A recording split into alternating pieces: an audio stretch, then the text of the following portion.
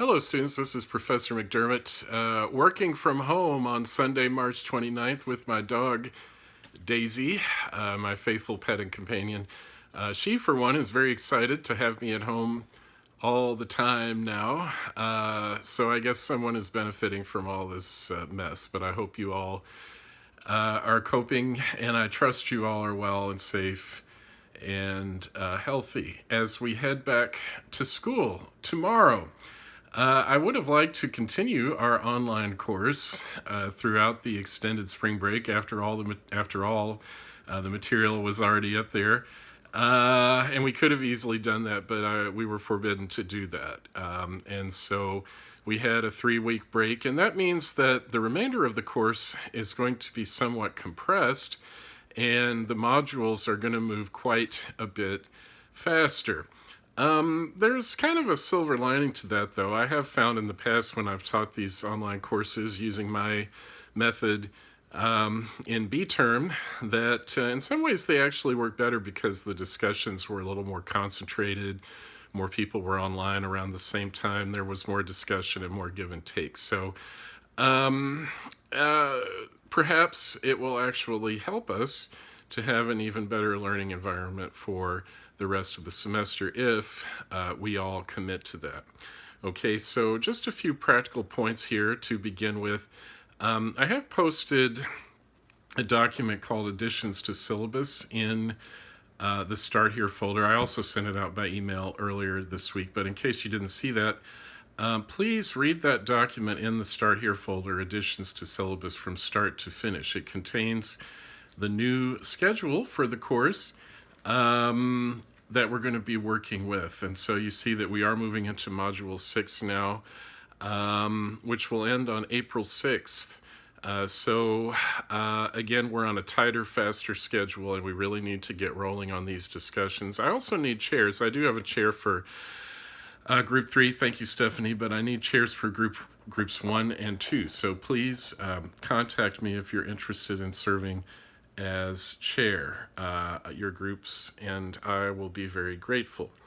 One of the major changes is that your exams, we will still take exams, but they do not have to be proctored. And I can almost hear everyone breathing that sigh of relief.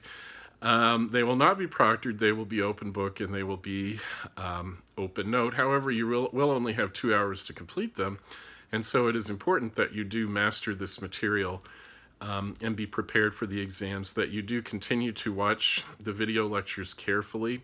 If you have access to a computer in your home, I would strongly recommend that you watch them on the computer, preferably in a place that's somewhat secluded where you won't be distracted or disrupted, so that you can take notes and really prepare for those exams.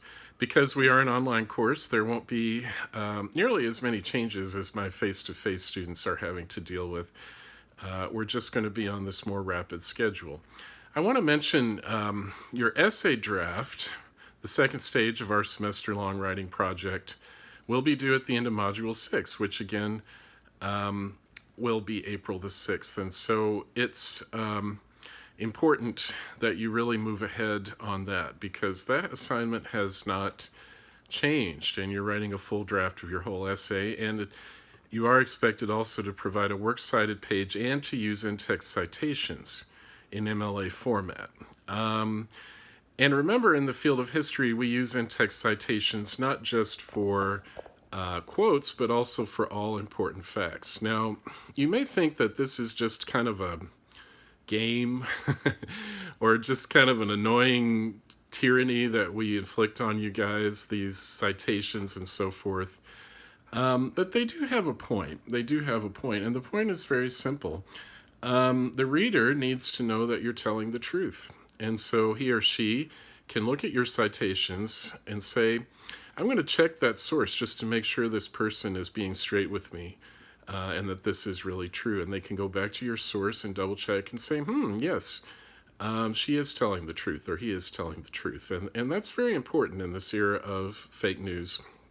And I actually do often check the sources. If I think there's something fishy, I will look up your sources and make sure that those in-text citations are accurate. So please be sure that they are accurate. It's not that difficult, and you have resources posted in Module 2 and in Module 5, videos about MLA formatting. The online writing center is still functioning. Smart Thinking is still functioning with their writing component, and I am very happy to help. So please contact me if I can be of assistance with your essay draft, all right? Now I want to talk about the discussions. This situation that we're in is tragic, and it has been very difficult for many people, especially many people here in Albany, one of the hardest hit places in the world, believe it or not, with this coronavirus. And so I don't mean to downgrade or downplay what's going on, but at the same time, I do want to say that, as always, there's an opportunity that comes to us with these challenging situations. And in this particular case, I think the opportunity is this. A lot of distractions have been removed from our lives, things that maybe have kept us. I'm speaking for myself now. Distractions that have kept me from being my best self, from really being the scholar that I want to be as a professor. That's my job, to do research and to teach.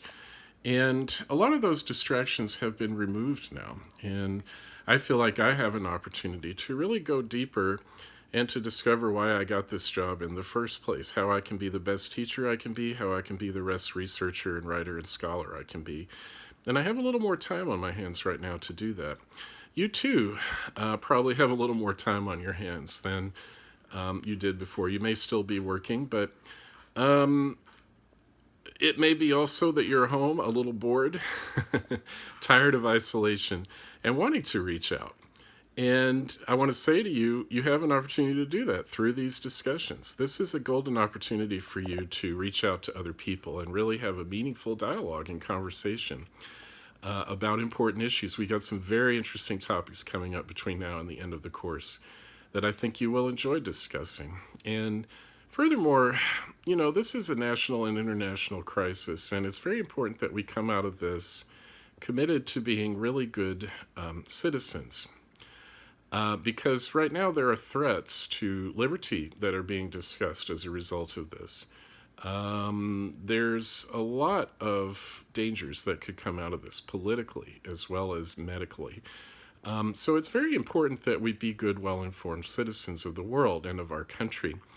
And this course, believe it or not, is actually designed to help you with that. Actually, all the liberal arts are meant to help you with that. Did you know that term liberal arts comes from the Latin word liber, which means free man?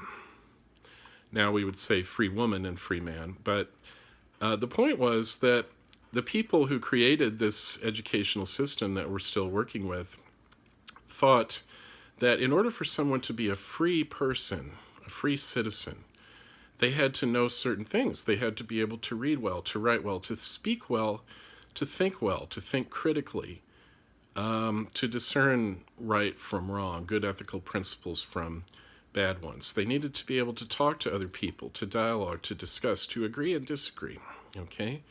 These are all crucial skills for us in life, and especially in our role as good citizens. And I've actually set up the discussions the way I have because I want to promote that.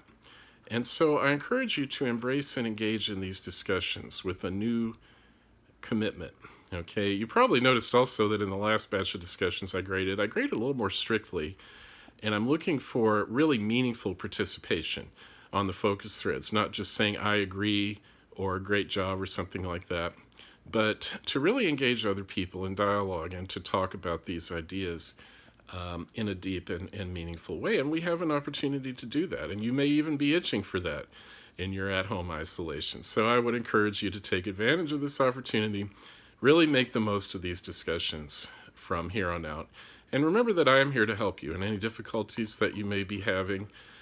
We are going to keep all the content in this course. We are going to have a great educational experience, and I'm not going to water it down.